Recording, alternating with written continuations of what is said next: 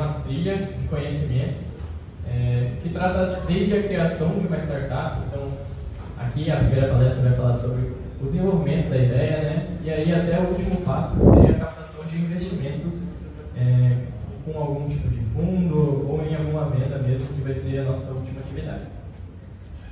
Para falar hoje então sobre Customer Development ou desenvolvimento pelo cliente, seria basicamente desenvolver uma solução através de um problema já conhecido, através de feedbacks constantes. A gente chamou aqui a Mari da Venture Hub, que é uma das principais aceleradoras do Brasil e de Campinas. E aí ela vai falar basicamente sobre essa primeira fase de nós, empreendedores aqui, de como falar sobre o desenvolvimento da jornada do cliente. Então, eu tenho essa ideia, como que eu posso desenvolver uma ideia através de um problema já existente? Então, com vocês, Mari da Venture Hub. Uma salva de palmas, por favor.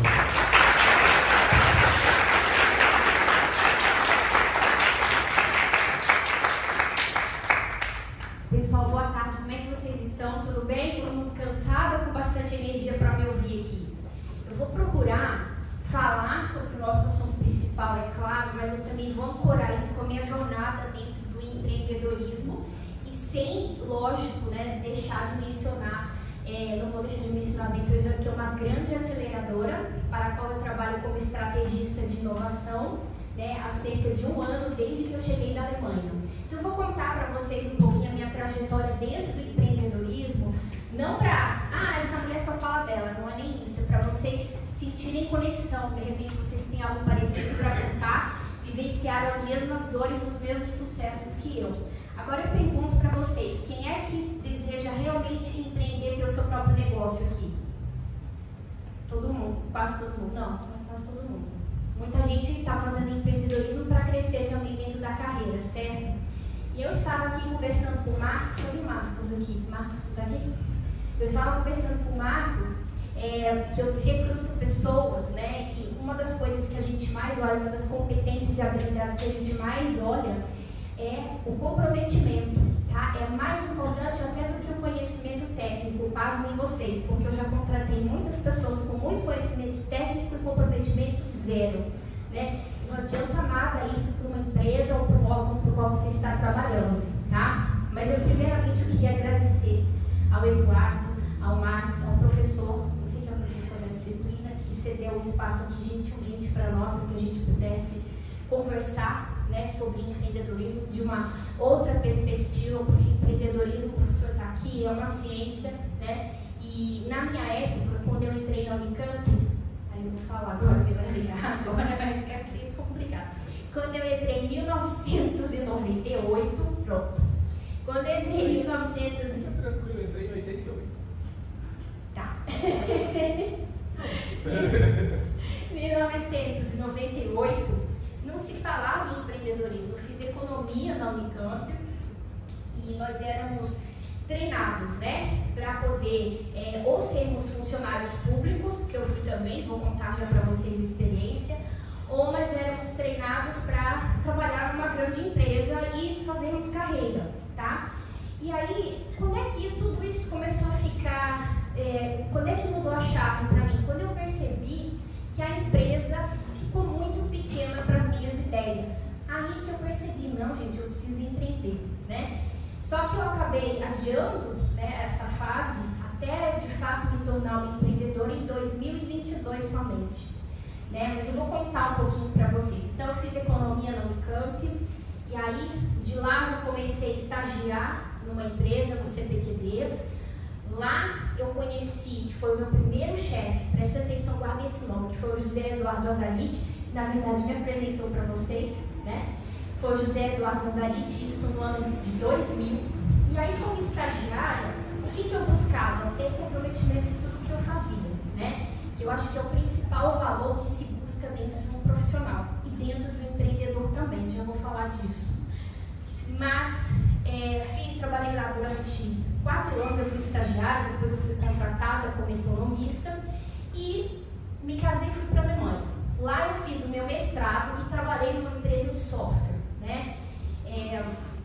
Durante 3 anos eu morei lá, fiz o meu mestrado em administração e formação de recursos humanos, voltei para o Brasil, comecei a trabalhar com Desenvolvimento e Inovação na CPFL, né? E aí começou a ficar tudo muito pequeno para mim, porque eu tinha muitas ideias, queria fazer muitas coisas, e você, numa estrutura organizacional, você acaba ficando engessado. Quando você tem muitas ideias, acaba ficando muito pequeno, você começa a ficar frustrado. Quando isso acontece, é a hora de você sair e empreender, né? Nessa época, eu passei para o doutorado na Unicamp, né? E aí abri minha empresa, né? No que eu abri a minha empresa, eu comecei a prestar serviço para os professores que prestavam consultoria para grandes empresas. Então, eu acabei atendendo a Vale, a Eletrobras, grandes empresas e, assim, tive um grande know-how na matéria de gestão da inovação. Fiz a minha tese de doutorado com base, né, na gestão da inovação de grandes empresas de energia e mineração. E depois que eu estava quase terminando o doutorado, aí eu falei, não, agora, gente, eu quero de fato sair da Unicamp, né, e tocar a minha empresa sozinha na área de consultoria, né. E vocês, quem trabalha com consultoria, sabe que o desafio é escalar uma consultoria muito grande, né, uma consultoria não pode ser uma startup, né, mas a gente vai falar disso também. E em fim de 2012, eu recebi um convite para trabalhar no governo, né, na Secretaria de Desenvolvimento Econômico. E lá me foi feita a promessa de que eu poderia implantar o projeto que eu quisesse dentro da cidade de Campinas. E de fato isso aconteceu. Então, todos os meus anseios empreendedores eu coloquei na cidade de 2013 a 2017. Tanto que eu fui uma das coautoras da Lei de Incentivos Fiscais, da primeira lei de startups do Brasil e eu criei a primeira aceleradora municipal do país em 2013. Então, assim, era assim, realmente um ambiente farto de ideias que a gente podia empreender dentro de um órgão público, por incrível que pareça, né? Posteriormente, eu saí porque lá você tem, né, um contrato que pode acabar a qualquer momento, né, quando a gente é agente político, e trabalhei na Bosch, né, eu estava com um filho pequeno, então empreender com um filho pequeno, gente do céu, é difícil demais, né? Eu trabalhei na Bosch com a parte de Design Thinking, Customer Development, né, desenvolvimento do cliente. Depois eu recebi um convite para trabalhar como diretora de inovação de ciência e tecnologia na Prefeitura de Jundiaí. Trabalhei lá durante 4 anos, durante a pandemia também. E lá a gente trabalhava com a propagação do empreendedorismo de base tecnológica, por meio de capacitações, feiras de ciências e todos os projetos que a gente podia fazer para fomentar ciência, tecnologia e inovação na cidade de Jundiaí. Fim desse período, voltei para Campinas, então fiz o plano de governo do atual prefeito, que ganhou 2 mandatos, e comecei a trabalhar na Agência de Desenvolvimento de Campinas. 2022, meu esposo fala assim, foi bem engraçada essa história, porque eu conheci o atual governador, ele era ministro da infraestrutura, ele falou assim para mim, no dia que eu conheci Mari, vamos comigo para Brasília, né? E lembra que eu falei que a gente era educado para ser funcionário público, então eu falei, nossa, que legal, né? E falei com meu esposo, ele falou assim, não, nós vamos para a Alemanha, ele é alemão, né? Nós vamos para a Alemanha, você não vai coisa nenhuma para Brasília. Ainda bem, né? Que eu fui para a Alemanha, fiquei 2 anos lá. E o que eu fiz lá, né? Quando eu saí do governo, eu falei assim, gente, que tô cansada, né? Vou trabalhar com desenho animado. Juro pra vocês, eu quero trabalhar de tão cansada que eu tô, porque realmente, né? Quando a gente trabalha como agente político, é realmente muito cansativo. Vocês veem os né, governadores, presidentes, prefeitos, antes e depois a foto, realmente vocês veem que é muito cansativo, extremamente cansativo. E aí, fiquei 2 anos na Alemanha, o que eu vou fazer lá, né? Vou trabalhar com desenho animado. Mas aí eu comecei a receber propostas para poder trabalhar com planos de negócio, apoio ao empreendedorismo e startups aqui no Brasil, então eu tocava uma empresa aqui no Brasil. E lá, né, lá o que eu fiz? Meu filho estava com muita dificuldade na escola, né? Meu filhinho tinha 6 aninhos, não falava bem o alemão, estava com muitos problemas e dificuldades. Eu falei, vou entrar nesse trem aqui, vou dar aula nessas escolas. Aí foi o que eu fiz, entrei, comecei a dar aula e pasmem, lá o pessoal começa a ter aula de economia, administração e empreendedorismo a partir dos 11 anos de idade. Então eu dei aula dessas disciplinas para as crianças a partir dos 11 anos de idade, né? E aí nós pensamos assim, mas gente, então o melhor lugar para se empreender lá? Não. O melhor lugar para se empreender, acredite no que eu estou falando, eu conheço mais de 10 países, não sei comparar com os Estados Unidos e não quero, é o Brasil. Tá? O Brasil, com todas as dificuldades que a gente tem, que já vem de anos, desafios, estudo economia há anos e sempre os mesmos desafios, problemas, é o Brasil. Tem motivo para isso. O Brasil ele é um mercado alto bastante. Ele é um mercado chamado de mercado baleia, tá? Ele é um mercado gigante. Então, para qualquer hipótese que você queira validar, você vai achar um público-alvo, se você procurar bem. O Brasil é um país muito bom para se empreender, com todas as dificuldades, carga tributária, tudo que a gente reclama que é difícil mesmo, mas é um país muito bom, com muitas oportunidades para a gente empreender, tá? Que a gente consegue criar coisas novas, né? Eu até brinco, lá na Alemanha, né? Eu descobri que todo mundo gostava dos docinhos que eu fazia. Brigadeiro, você vai fazer brigadeiro no exterior, via sucesso, todos os docinhos, tudo que eu fazia. E eu falei pro meu marido, eu vou vender. Vender é horrível, né? A gente quer, tudo que a gente quer ver, quer fazer, o problema nosso é a falta de foco. Eu não sei se você fala sobre isso, mas o nosso problema acaba sendo falta de foco se a gente não tiver um planejamento muito bom no que a gente vai fazer. E aí ele falou assim, Mariana, se você vender docinho, semana que vem vão te prender, você não está entendendo que não é igual ao Brasil, que você pode sair vendendo as coisas. Não, você precisa de licença da vigilância sanitária, você precisa de uma série de requisitos, um investimento inicial altíssimo, burocracia terrível ao ponto de, numa padaria, por exemplo, na Alemanha, o imposto é calculado em função da quantidade de leite que vai no café. E isso é medido por um funcionário que vai lá e mede quanto de leite você está usando no café para fazer o cálculo do imposto sobre o café. Tá? Então, esse é o nível da burocracia alemã. É brutal. Então, eu não consegui vender meus docinhos lá, né? Sempre tinha ideias lá, mas enfim, a gente tem dois problemas que impedem, digamos assim, que o Brasil tenha melhores relações comerciais com a Alemanha.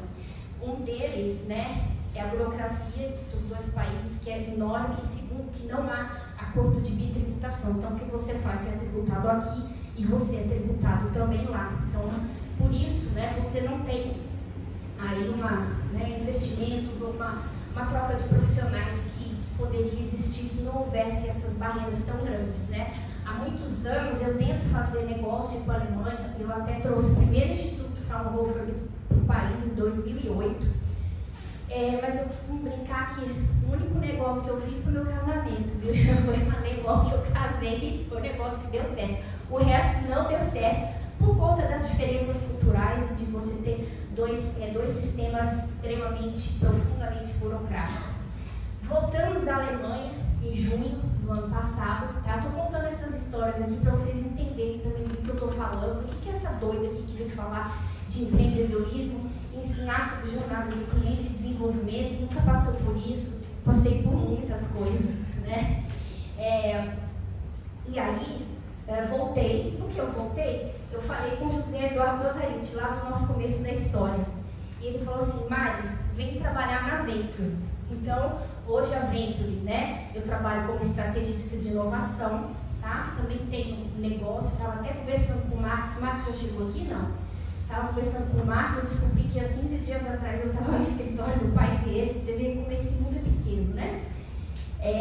Tenho meu negócio na área de finanças, mas trabalho, né, como minha principal atividade como estrategista de inovação da Venture, que é uma das maiores aceleradoras do país, tocada pelo José Eduardo Dozariti, que me empregou lá 25 anos atrás como estagiária e me chamou de novo. Por quê? Porque lá atrás eu mostrei comprometimento, tá? Então, assim, falando em termos de carreira, de empreendedorismo, eu acho que essa é a principal palavra que fica nessa história que eu estou contando para vocês. Vocês não precisam ter um desempenho técnico excelente, maravilhoso, nem isso que o mercado está procurando. O mercado quer pessoas comprometidas que realmente se importem, né, com aquilo que estão fazendo e com a empresa, tá? Fica a dica aí em relação a este assunto. Vocês estão me ouvindo bem? Porque eu falo, às vezes eu mexo com o microfone, quem está aí atrás me ouve bem? Legal, qualquer coisa reclama, tá, gente? E lá, né, eu tô achando que vocês estão quietinhos, é porque durante 2 anos eu dei aula para adolescentes, né? né, de 11, 15 anos, então assim, eu tive que fazer, na verdade, formação pedagógica para aprender a lidar, porque eu estava acostumada também a dar aula, né, para jovens assim, da idade de vocês. Eu ministrei aulas durante 10 anos no Brasil. Então, quando eu cheguei lá, eu usei a mesma técnica que a gente usa nas universidades, que é aula frontal, eu explicando. A gente não sobrevive 10 minutos assim, né, quando você está falando para criança e para adolescente. Então, estou achando todo mundo tão quietinho. Obrigada, viu? Aliás, obrigada pela recepção maravilhosa, né, que a amiga teve comigo. Se todos os eventos que eu tivesse essa receptividade, olha, eu estaria muito feliz e grata. Eu sempre agradeço, né, mas realmente vocês de coração, tá bom? Então, pessoal, o que é a Venture Hub? A Venture Hub é uma aceleradora, tá? Uma das maiores do país. Tem pessoas maravilhosas. Eu falo que é o melhor clima de trabalho que eu já encontrei, tá? Tem onde eu posso tocar o meu negócio, eu tenho também o meu negócio, né, na área de finanças, como falei para vocês. Tem na área de educação também, então tenho alguns negócios, mas a Venture eu tenho um carinho muito especial, porque é um dos melhores climas de trabalho, onde todo mundo que está lá tem um coração empreendedor, se respeita, um clima de trabalho excelente, maravilhoso, tá? Fecha parênteses. Tudo bem? Fecha parênteses, tudo bem, Vitória? Prazer em revê-lo. Fecha parênteses. Nós já aceleramos mais de 600 startups. Nós já fizemos mais de 250 projetos corporativos, tá? Pela Venture Hub. E temos aí na nossa base 18 mil startups, tá? A gente tem várias frentes de atuação. Uma frente corporativa, né, que ajuda empresas a fazer projetos de inovação aberta e interna, tá? Temos também na frente corporativa de treinarmos startups, acelerarmos startups, e temos a frente de ensinar inovação para o setor público, a frente de Venture Capital, que é buscar investimentos. Então vocês vão formar as startups de vocês, aqueles que querem empreender, e um dia vocês vão lá mandar o pitch para a Venture e para a Venture investir. Então, empresas que precisam até 1 milhão de investimento, a Venture tem um microfundos que faz esse tipo de aporte também, tá? Então, são várias frentes e áreas de atuação que nós temos. Então, gente, só fazendo um disclaimer aqui, o Renato Toy, né, uma pessoa que eu conheço há muitos anos. Lembra que eu falei que eu participei da criação da primeira aceleradora municipal do país? Hoje ela é a baita, tá aqui com o Renato Toy. Prazer te ver, viu, Renato? E então, gente, tendo dito toda essa história, né, falando do Azarite lá, do Azarite aqui, vocês entenderem um pouquinho da minha jornada, daquilo que foi importante para chegar até o momento, eu espero que isso também fique guardado, que na verdade, gente, o que vai ficar guardado é a história, tá? Eu vou falar um monte de teoria para vocês, de como é que faz, mas vocês vão guardar a história, os casos, né? Eu me lembro quando eu dava aula para criança, né? No caso de vocês, já estão todos adultos, mas ninguém prestava atenção. Eu falei, fazia tudo uma bagunça, jogava papelinho, e quando eu contava as histórias do Brasil, todo mundo prestava atenção. Eu acho que é o que eles guardaram, tá bom? Mas vamos falar, pessoal, do nosso tema principal aqui, que é a jornada do cliente e desenvolvimento do cliente, tá? A primeira coisa que a gente tem que ter em mente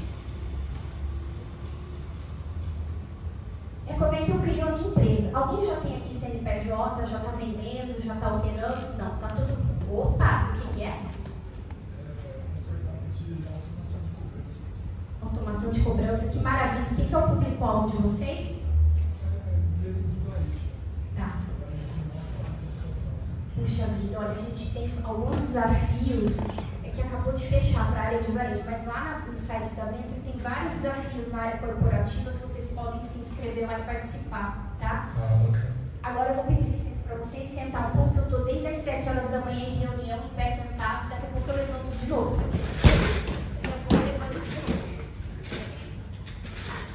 Então, gente, vamos... Puxa, até desliguei o microfone. Certo? Deixa eu testar. Não, vou sentar aqui, então, peraí.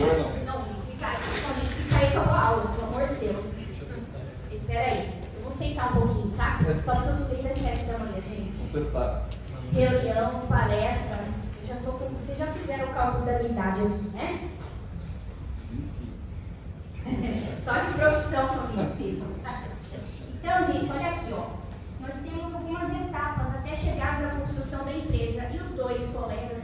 trabalham com automação vão poder confirmar essas etapas. Ainda que vocês tenham feito de uma maneira inconsciente, não sistematizada, elas estão aqui, tá? Então, por que essa disciplina de empreendedorismo, de inovação é importante?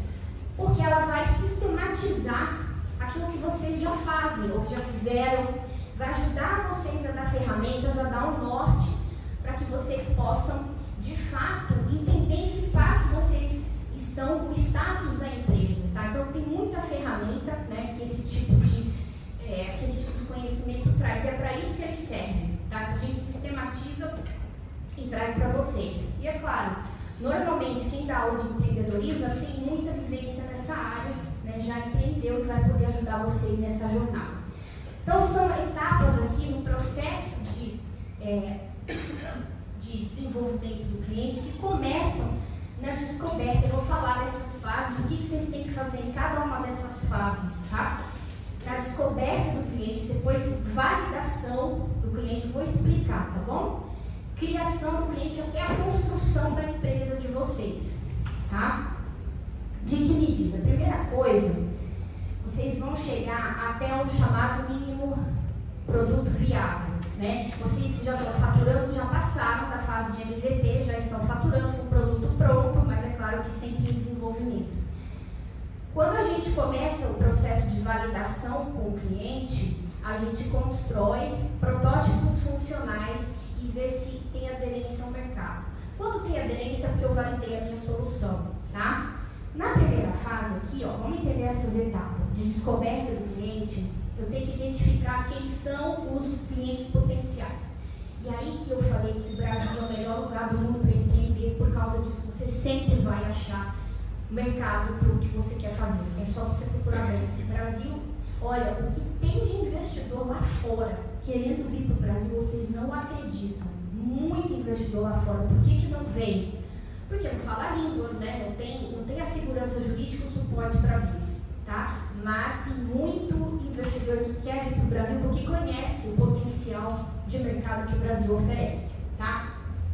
Então, nessa fase, a gente tem que identificar quem são os clientes potenciais, tem que validar o problema, tá? Que vocês imaginam que existe. Então, você tem uma hipótese. Quem quer me falar que é alguma hipótese para validar? Alguém tem alguma hipótese já formada? Ô, gente, vocês estão fazendo disciplina, já deve ter hipótese aqui para validar, não? O pessoal tem hipótese aqui, o pessoal está com vergonha, isso? O pessoal está com vergonha. A disciplina eles têm que apresentar uma proposta startup para todo semestre. Aí, ó. Olha aí, gente. Quem é que tem uma hipótese para validar? Eu vou falar. Eu tenho uma startup de educação, eu falei com vocês, né? Essa começou com uma dorminha e eu validei a empresa. Eu validei que eu vendi. Qual que era, na verdade, a hipótese, né? Que eu conseguia criar um método para tirar as crianças do vício do celular. Eu tenho um filho que chegou da Alemanha, contei para vocês, viciado em tecnologia, sem ler, 8 anos de idade, sem ler português, sem ler alemão. Eu falei, não, que isso? E aí eu comecei a criar um método para tirar a criança do celular, não é eu proibir nada disso, para reduzir o tempo de tela dele, fazer com que ele lesse. E eu validei a hipótese, eu criei uma startup de educação. Qual é a hipótese de vocês? Agora me contem. Eu contei a minha. Ô, gente. Um aplicativo contábil que auxilia as pessoas a calcularem o próprio imposto e entender o que elas estão pagando, como elas estão pagando, utilizando um aprendizado de máquina para atualizações de possíveis mudanças da legislação no geral. E a ideia é que as pessoas tenham autonomia e independência para que elas não precisem de um contador. Isso seria validado por um contador da equipe. E aí seria um modelo freemium de produto, e aí caso alguém pague esse produto premium, ela teria um acesso mais personalizado de um contador específico. Que legal, hein? Maravilha, depois eu quero saber mais, tá? Muito legal. E me diz uma coisa, você é contador ou estuda contabilidade? Não. Não, tá. Não, mas... curioso. Tá, mas não tem problema, só estou perguntando, não tem nenhum tipo de formação exigida para esse tipo de coisa. Inclusive, você vai poder vender para escritórios contábeis e justamente nessa fase que a gente está de reforma tributária, está todo mundo querendo saber como é que eu faço a transição para o CBS, para o IBS, se eu sou simples, o que eu faço. Nossa, parabéns, viu? Tá no momento certo, já está vendendo? Corre para vender. É para manter o professor. Que legal, mas ó, faz muito sentido. Bom, o que você vai ter que fazer, né? Como é seu nome? Pedro. Pedro. Você vai ter que fazer aqui, ó, entrevistas, pesquisas, observação, tá? Tem duas maneiras de fazer isso, e aí, claro, vocês vão seguir o que o professor passou para vocês. Tem a pesquisa, que você vai usar um formulário, você vai mandar para o potencial cliente, para você definir quem é o seu persona, né? Então, você tem esse formulário, ou você vai fazer aquilo que eu, particularmente, gosto muito de fazer, que para mim, assim, funciona muito bem, e eu falei para vocês que eu trabalhei na Bosch, né? Na Bosch eu só fazia isso, é aquilo que a gente chama de etnografia, tá? A etnografia, até na época que eu defendi a tese, professor, eu usei como método para defender minha tese. Os professores da banca não gostaram, porque faz mais de 10 anos que eu defendi. Não gostaram da etnografia, mas hoje é algo bastante aceito, o professor já fez assim, é aceito, bastante bem aceito, e vocês podem usar para validar, né, o cliente de vocês, tá? O que é isso? É sentar do lado do cliente para entender a dor dele. Eu não vou ficar fazendo entrevista com as perguntas diretas que o formulário tem, mas eu vou sentar com ele, vou passar o dia com ele, entender as dores dele, tá? E aí sim extrair tanto a fala quanto comportamentos dele, com base nisso, para começar a desenhar a minha solução, tá? Então tem uma diferença entre a etnografia, que é um conceito, uma metodologia que vem até da antropologia, para o formulário com as perguntas diretas, que também é muito importante. Então, se precisa de um grande número de respondentes, o formulário faz muito mais sentido. Agora, a etnografia, você vai realmente sentir a dor do cliente. É particularmente o método que eu usei para desenvolver alguns produtos, tá? Então, entrevistas, pesquisas etnográficas, observação, tá? O caso dessa startup educacional foi observação, né? Um monte de crianças sem saber ler direito, viciado em tela. O que nós vamos resolver? Nós resolvemos, tá? Na parte de validação do cliente, os clientes comprariam a solução. Em algum momento, se você usou pesquisa etnográfica, você não pode abordar seu cliente direto. Aí, vai comprar? Não é bem assim que você vai fazer, tá? Faça amigos, tá bom, gente? Os meus clientes são meus amigos, tá? Viraram, não eram antes, tá? Então, o negócio sempre é uma consequência de um relacionamento prévio. Quando vocês forem abordar, porque assim, a startup, ela é uma organização escalável, né? Mas você vai começar com clientes que estão no seu entorno. Até você escalar vai demorar. Então, você vai começar com quem está no seu entorno até chegar à escalabilidade. Façam amigos. O negócio é consequência. Não chega com aquela ânsia de querer vender, porque você não vai ter atenção. Agora, se você realmente faz amigos, se aproxima das pessoas, elas vão querer você, vão querer o seu produto, vão querer o seu serviço. Esse é o aprendizado. Vocês que têm empresa de automação, o que vocês falam sobre isso? É isso ou não faz sentido? Que fase vocês estão? Aí, ó, estão concordando. Não precisa concordar não, tá? Estou dizendo da minha experiência, da minha vivência de 25 anos aí, né? Tanto em empresas quanto com a minha própria empresa, tá?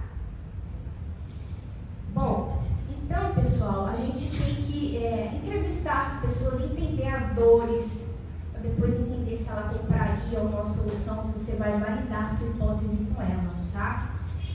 E eu tenho que, lógico, que ir ajustando a minha proposta de valor e ajustando o meu MVP, que eu falei anteriormente, antes de você, de fato, ter um produto pronto, tá?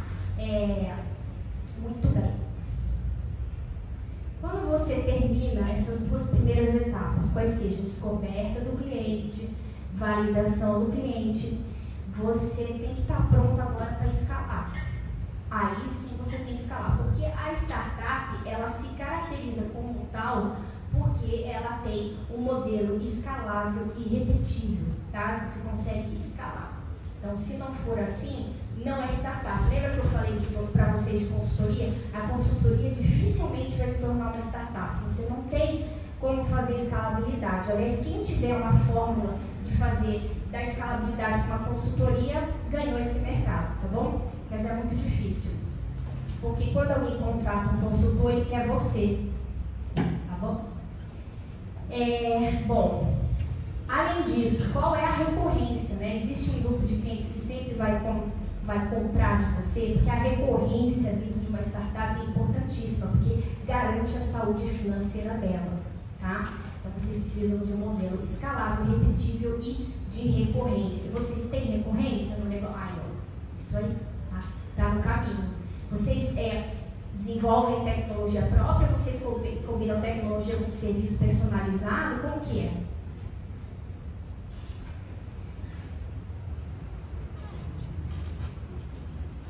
Enquanto isso, eu vou tomar água.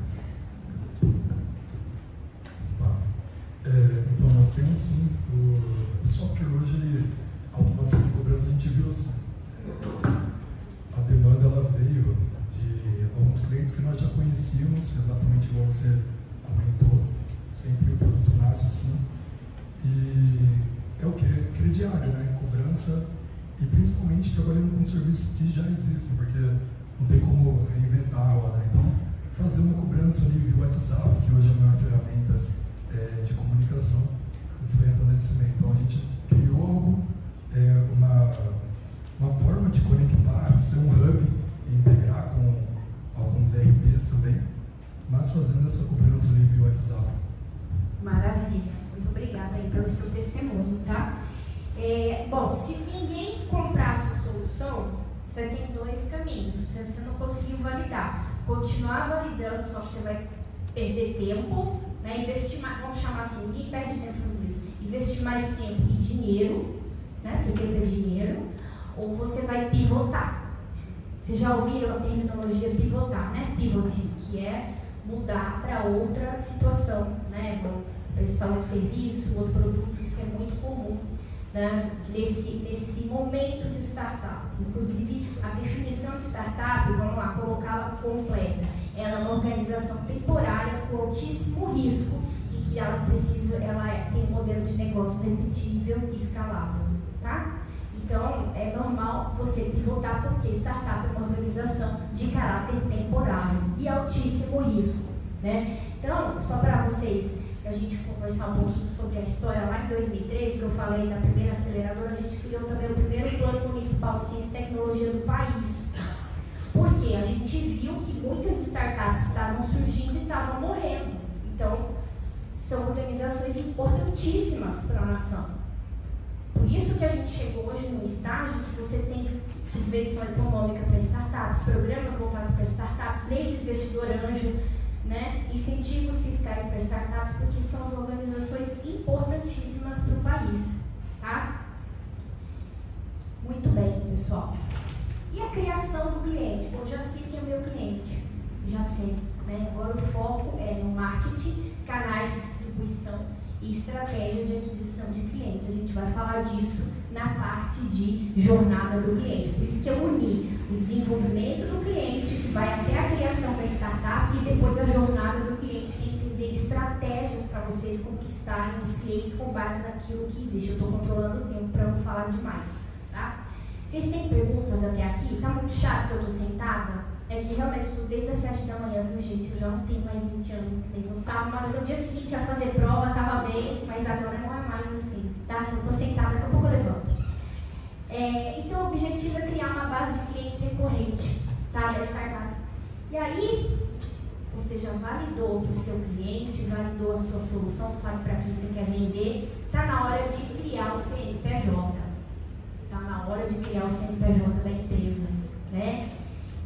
Aí vocês vão ver o CNPJ que mais se adequa para o começo da startup de vocês. Por que eu estou falando isso? Tem muitas startups na área de saúde. Se você já coloca um KNAI, uma startup da área de saúde, um KNAI da área de saúde, no dia seguinte você morre. Por que morre? Porque depende de Anvisa. Tá? Então vocês têm que olhar isso na hora de vocês abrirem o negócio de vocês, KNAIs que vocês consigam começar a operar. Tá? E aí, claro, sempre, né, uma startup, qualquer empresa tem que visar a regularização, seja ela fiscal, ambiental, para que você consiga galgar mercados maiores, inclusive mercados externos e financiamento. Professor? Eu não sei se você sabe o que é KNAI. Vamos lá. KNAI, quando você vai escolher... Obrigado, professor. Quando você vai escolher a sua atividade econômica, né, que você vai abrir lá na junta comercial, você tem que dizer a CNAE, que é a Classificação Nacional de Atividade Econômica. Então, no momento que a gente pode um dia falar só sobre abertura de empresas, viu, gente? Só isso é muito interessante também. Vocês vão ter que escolher a classificação de atividade econômica da empresa de vocês para registrar na junta comercial, registrar na prefeitura, na Receita Federal. O negócio vai ficar sério. Então, vocês têm que escolher bem no momento de abrir a empresa de vocês, tá? Porque dependendo da CNAE, da Classificação Nacional de Atividade Econômica que vocês coloquem, vocês estão sujeitos a órgãos reguladores. Por isso que eu dei o exemplo, né, de empresas health techs, né, que se elas começarem já com a CNAE na área de saúde, estrito senso, né, uma atividade econômica na área de saúde, tá? Sei lá, produção de medicamentos, no dia seguinte a Anvisa está batendo na sua porta e você ainda está na sua casa. Então, precisa ter uma estratégia, né, de definição da sua atividade econômica e, é claro, visando sempre a regularização posterior. Mas eu entendo que uma startup, né, na sua fase inicial, se ela, enfim, for objeto de controle dos órgãos governamentais, como tem que ser uma grande, uma média empresa, acabou para ela. Não é para ser assim. Então, precisa de uma estratégia para abrir empresa. É isso que eu estou falando aqui para vocês, tá bom?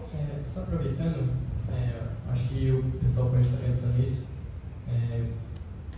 Como você disse, uma startup pode pivotar dependendo do tipo de atividade que ela exerce ali, né, e dependendo de como o mercado reagiu com a validação dela e tudo mais. Como que uma startup poderia declarar isso na CNAE? Como você disse, ela poderia alterar esse tipo de natureza posteriormente? Pode. Quando vocês abrirem a empresa de vocês, pensem no seguinte: vocês provavelmente não vão ser MEI, tá? Provavelmente não vai adequar a categoria do microempreendedor individual. Seria muito bom se assim fosse possível, porque é a categoria mais simplificada que existe. Se abre a empresa no portal e acabou. Mas muito provavelmente não será assim, tá? Então vocês vão abrir provavelmente no Inova Simples ou no Simples Nacional. E aí vocês vão, um contador ou um advogado vai redigir um contrato social, vai dizer quem que está na empresa, o que a empresa faz, vai registrar na junta, vai abrir, né, o CNPJ junto à Receita Federal para começar a pagar imposto, né? Aí no caso de empresas que estão no Simples Nacional, todo mundo começa no Simples, né? Se você faturar, você paga, tá? Então, você pode, só que assim, cada mudança em contrato social é caro, de R$1.000 para cima, mas calma que vocês vão ter esse dinheiro no futuro. O que eu quero dizer é que vocês precisam pensar direitinho uma estratégia de abertura de empresa. Uma boa opção é fazer, por exemplo, pesquisa e desenvolvimento. Aceita. Ou consultoria empresarial, ou consultoria técnica. São atividades econômicas que você consegue, digamos assim, fazer em qualquer lugar. Tá? Agora, se você falar assim, desenvolvimento de medicamentos, aí já acabou. Não façam isso, tá? Não façam isso. Principalmente quem tem health tech, que alguém aqui abriu uma health tech que eu penso. Então não é problema de vocês, vamos continuar. Você? Mas ainda só na ideação. E do que você pensa, Edu? Seria mais sobre a parte de automação de processos mesmo dentro da estrutura de um hospital, assim, e monitoramento de pacientes remotamente. Tá, o que você faz? Você começa, vamos lá, pensando numa estratégia de abertura para você. Você começa com uma consultoria, né, abrindo como uma consultoria técnica, tá? Que você pode fazer na sua casa ou no coworking. Conforme você for faturando, aí você pode colocar essa CNAE relacionada ao monitoramento de pacientes, que eu não sei de cabeça qual seria, mas tem CNAE para tudo, porque daí você vai exigir a Anvisa de você. Mas veja, você vai se estruturando pouco a pouco, assim é a vida de uma startup, até que você galgue níveis maiores e melhores, mas sempre visando a regularização junto aos órgãos governamentais, tá? Para que vocês possam aí ter uma inserção de mercado melhor também. Tá, gente? Mas falando de abertura de empresa, né? Eu trabalhei muitos anos com isso também, então eu tenho que falar. E as startups, eu já tá aqui aqui a definição, depois vocês recebem essa apresentação aqui, podem olhar, mas eu já falei para vocês que são organizações temporárias que trabalham com alto grau de incerteza, né, que tem um modelo de negócios repetível e escalável, tá? E claro, em algum momento vai precisar pivotar. E esse processo de pivotamento, ele é iterativo, né? Iterativo no sentido de você ter que o tempo inteiro voltar e fazer uma reavaliação e um novo desenvolvimento do que você está fazendo. É absolutamente normal. Por que é normal, né? Antigamente, Tony está aqui também, né? A gente tem mais ou menos a mesma idade. Falhar era um problema muito horroroso. Quando a gente falhava dentro de uma empresa, a gente era queimado vivo. A cultura, aliás, na Alemanha até hoje é assim. Mas aqui, na cultura empresarial da gente que tem mais de 40 anos, né? Que é a geração millennium, e as gerações anteriores, boomers, etc. Falhar era um problema terrível. Você falhava, você era queimado em praça pública. Hoje, ainda bem que não é mais assim. Então, falhar virou até parte da teoria do empreendedorismo. Tá tudo bem, faz parte quebrar, né? Para poder aprender, né? Eu preciso quebrar, né? O que o Steve Blank fala é que você pode falir e falhar, mas depressa, tá? Então, faz isso logo, antes de você colocar muito esforço, muito investimento no seu negócio. Então, que você falhe, no sentido de falhar logo, tá bom? Então é normal falhar, mas ter uma startup é tudo de bom. Tudo de bom porque você ganha, primeiro você fala que você tem uma startup, né? Fala que você tem uma startup, mas porque você pode fazer tudo que está aqui, ó. Você tem mais flexibilidade, né? Falei para vocês que a gente tem programas corporate, né, na Venture Hub. O que é isso? A gente ajuda a criar spin-offs, a startups dentro de grandes empresas, porque às vezes é melhor você criar um negócio fora de uma grande estrutura empresarial, que ele vai fluir muito mais rápido, sem burocracia. Gente, eu falo para vocês, eu já trabalhei em empresa que eu não podia falar oi pro diretor. Não podia falar oi pro diretor, tá? Então, assim, hoje isso está muito diferente, graças a Deus, mas na nossa época nós não fomos condicionados para sermos empreendedores. Então aproveitem essa oportunidade aqui, tá? Elas têm maior poder de competitividade porque elas são flexíveis, elas são mais rápidas na tomada de decisão, porém isso traz uma desvantagem, tá? O risco da desorganização. Então, quem tem startup tem que ser muito organizado, tem que ser muito disciplinado, porque o risco da desorganização pode levar a startup a falhar, como eu já vi em muitos casos também, tá? Muito bem. Vou dar um exemplo aqui só para ilustrar como é que é o desenvolvimento do cliente. Aqui é uma hipótese a ser testada, né? Assim como o Pedro tem o aplicativo contábil. Aqui tem uma hipótese. Pessoas que moram em grandes cidades estão dispostas a pagar por entregas de supermercado em até 30 minutos. Com base neste exemplo aqui, né, essa potencial startup vai passar por aquelas etapas do desenvolvimento do cliente, né, que começam na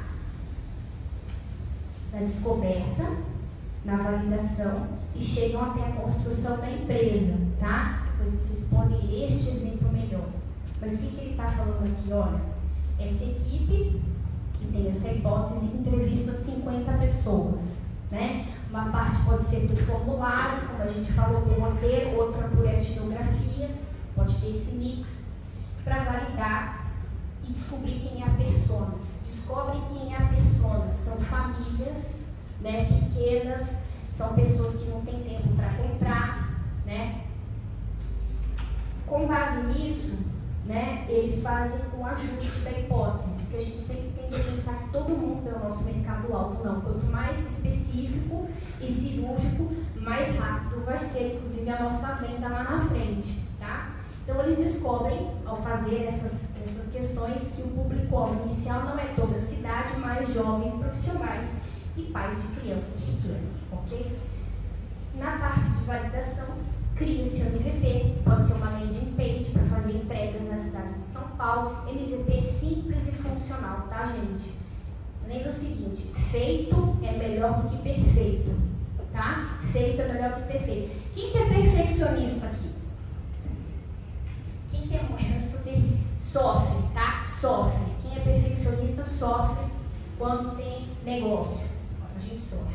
Porque a gente tem que entregar tudo perfeito. Não pode, não dá tempo, gente. Quem que dorme aqui mais do que 7 horas por noite? Ninguém dorme mais que 6 horas hoje em dia. É verdade, né? É verdade. Então, assim, testa-se, tem isso como resultado 200 acessos na landing page. Então, essa landing page é o MVP aqui da nossa história, tá? Tem esse feedback, então os clientes querem transparência no preço de entrega e mais opções de produtos. A gente consegue coletar feedback também. E validação.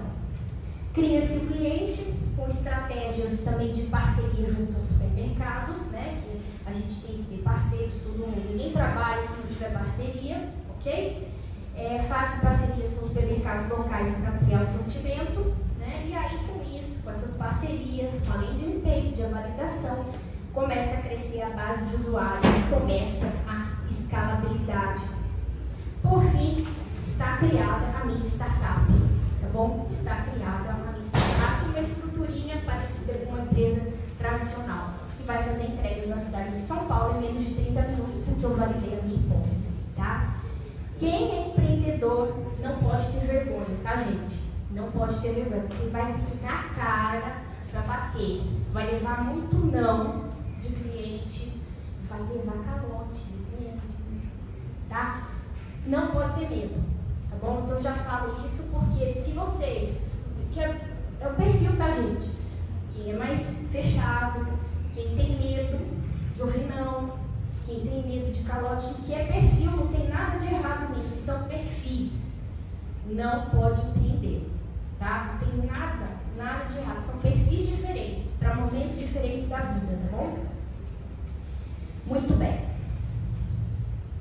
Então, gente, aqui estão as fases de criação, tá? Desde o comecinho até a criação, constituição da empresa para a nossa hipótese aqui da venda dentro de uma cidade da entrega em até 30 minutos. Vamos mudar de assunto agora, porque eu criei a minha empresa, né? Eu criei a minha empresa, agora eu preciso de estratégias para entender e reter o meu cliente. Deixa eu ver quanto tempo eu tenho. Uau, pouco tempo.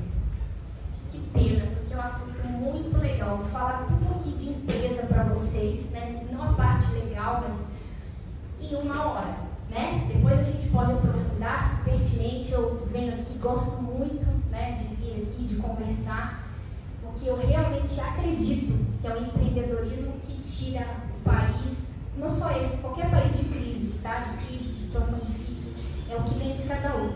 Então, quem tem o espírito empreendedor em situações de depressão econômica consegue se sair e sobreviver melhor, tá? Então, eu realmente acredito muito nisso. Vou falar da jornada do cliente. Gente, a jornada do cliente é: você criou a empresa legal, funcionando, e agora? A jornada do cliente é a sua história com o cliente, tá? Vou falar aqui de uma forma que vocês não vão esquecer. A sua história de amor com o cliente, tá? Como é que o cliente vira teu fã da sua marca? A isso a gente dá o nome de jornada do cliente. Tem algumas formas da gente galgar isso, tá? Porque muitas empresas acham que vendeu, acabou, tchau, tudo bem, tchau, gente, nunca mais. Não. Aí que começa o relacionamento com o cliente e, inclusive, uma coisa que a gente esquece muito, que é o chamado do pós-venda, tá? Pós-venda. Então, né, eu vou dar aqui um caso aqui nosso, né, da Venture. A gente está sempre preocupado, né, em fazer customer success, procurar os clientes, os que já foram. A gente tem um relacionamento, uma base muito boa de relacionamento, e assim deve ser na vida e no nosso profissional também. Não pode ser diferente. Então, eu acredito que vocês, que têm os clientes de vocês também têm amigos, né? Pessoas que você está sempre querendo saber como é que está, se está feliz, precisa fazer o que precisa fazer para melhorar. A isso a gente dá o nome de jornada do cliente, tá? Jornada do cliente. Então é a tua história com o cliente, porque não é só vender e tchau. Se você vender e tchau, você nunca vai ter um relacionamento nem recorrência, tá bom?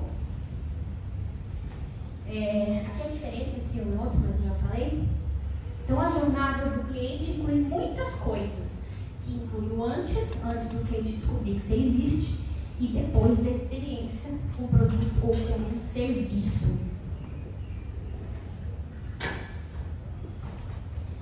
Isso aqui é um pouquinho mais acadêmico, a gente abre parênteses aqui, que é importante também falar o seguinte: hoje a gente vive aquilo que a gente chama de economia da atenção. O que é isso, né? Vocês já devem ter ouvido falar de economia industrial, economia da inovação, isso tudo a gente estuda. Mas existe também a economia da atenção, tá? Essa economia da atenção é uma forma diferente de organizar, né, os mercados e a produção, principalmente regido pelas redes e mídias sociais.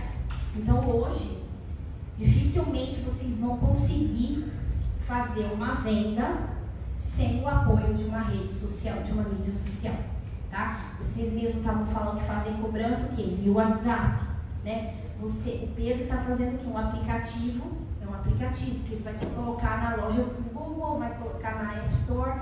Então não tem como você fugir hoje do digital nem das mídias sociais, né? Então essa economia da atenção nos traz o seguinte desafio: eu tenho que chamar a atenção do cliente, né? Eu tenho que chamar a atenção do cliente, e para isso, aí eu quero de vocês. Para vocês, o que é mais importante? Não é dancinha do TikTok, tá? O que para vocês é mais importante para chamar a atenção do cliente? Não tem certo nem errado, tem a resposta de vocês. Alguém quer arriscar aqui? Qual é o seu nome? Meu nome é Marcelo. Tudo bem, Marcelo? Hoje, pelas mídias sociais, gerar polêmica. Gerar polêmica, tá? Eu atuo com internet e acabo atendendo o Pablo Marçal. Né? Então, por isso eu falo que gerar polêmica é um alto índice de retorno e atenção.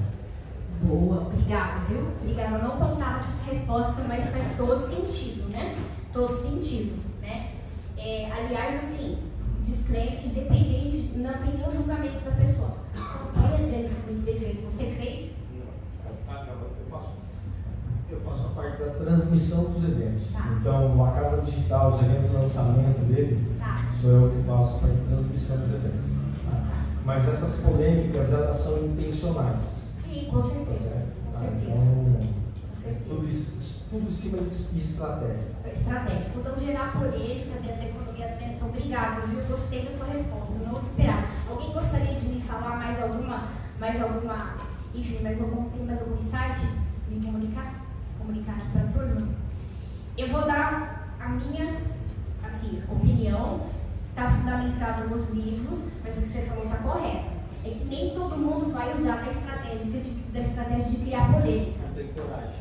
Exatamente. Eu não me imagino, Marcelo, Aventure criando polêmica. Eu não imagino eu criando polêmica. Aliás, eu fujo de polêmica, né? Então, assim, mas faz todo sentido, tá? Eu vou falar experiência. Então, aqueles que não querem criar polêmica, experiência. Então, que não deixa de ser uma experiência, né? Você está gerando uma experiência para o seu cliente, tá? Então, hoje, dentro da economia da atenção, vamos colocar a polêmica como uma parte, porque está gerando uma experiência, né? Ou você vai ficar com raiva, ou você vai concordar, ela vai gerar uma reação emotiva de quem está assistindo. Dificilmente alguém que está prestando atenção numa polêmica vai ficar, digamos assim, neutro, vai se posicionar, como hoje tudo aqui é assim. Mas vamos colocar isso dentro do guarda-chuva da experiência, de gerar uma experiência para o cliente. Então, você quer reter o cliente, você precisa gerar uma experiência, tá bom? Polêmica ou não, uma experiência. Então, isso faz parte do contexto da economia da atenção, gerar uma experiência. Quais são os benefícios, né, de você entender e participar e fazer a jornada do cliente? Primeiro que você está gerando valor, que você está descobrindo tudo o que ele precisa, né? Está descobrindo tudo o que ele precisa, então vai gerar valor para você e para ele. Segundo, a fidelidade dele, né? Se eu realmente estou preocupada com o pós-venda, né? Que ele tenha uma experiência positiva comigo, ele vai ser fiel a mim, né? Se durante a venda eu também estou gerando uma experiência única para ele, dentro do meu contexto, dentro do que eu ofereço como startup, eu também vou criar um cliente fiel, tá? O que essas marcas aqui, ó, Mercado Livre, Netflix, Amazon e Sephora têm em comum em termos de jornada do cliente, que vocês acham? Por que a gente, hoje em dia, o Mercado Livre conseguiu que a maioria das pessoas façam busca por produtos dentro da plataforma e não no Google? Por quê?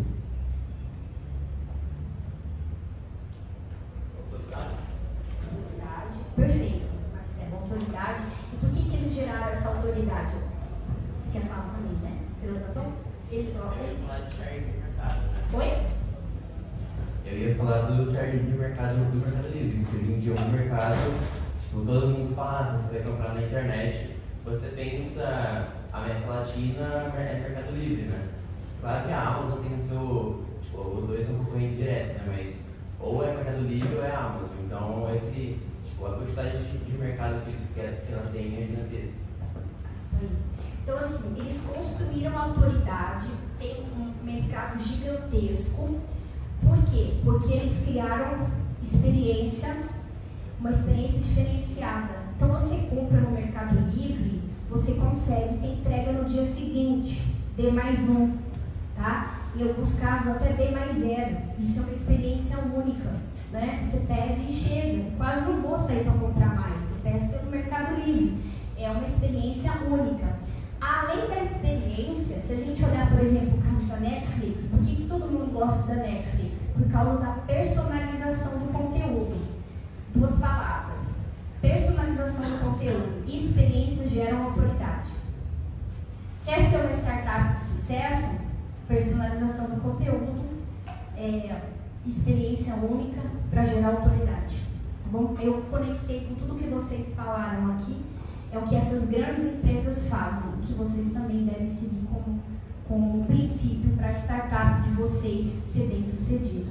Experiência, personalização. Não esqueçam dessas duas palavras. Ó, vocês não podem esquecer da história, do começo, tá bom?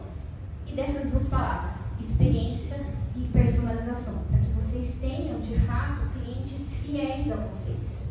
Ok? Muito bem. Vou fazer de tudo para acabar no tempo. Talvez eu passe 10 minutinhos. Precisa criar uma experiência única, tá? E aí vou usar o exemplo que você deu do Pablo Marçal, que realmente em muitos momentos, depois da polêmica, ele cria essa experiência única que convence as pessoas a comprar os produtos que ele tem, tá? Então pensem o seguinte: o cliente conhece a sua marca. Aqui você já precisa criar uma experiência única, tá? Para ele poder se convencer de que você é o melhor, tá? Ah, mas eu não sei como é que eu faço isso. Tem um marketing digital, fica amigo do seu cliente, pronto, sabe? Eu falei que sou amiga do Azarite há 25 anos, eu faço amizade com as pessoas, eu gosto de gente, tá? Então assim, eu crio uma experiência única, que eu gosto, tá?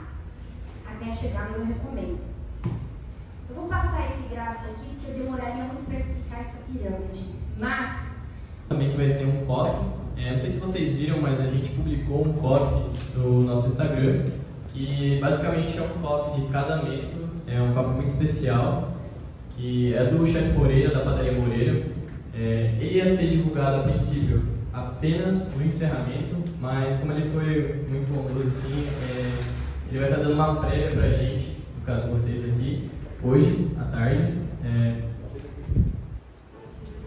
No caso vai ser às 18h30, depois outra palestra por conta de uma frase que a gente teve aqui. Mas agora aqui a gente vai fazer um sorteio de uma parceria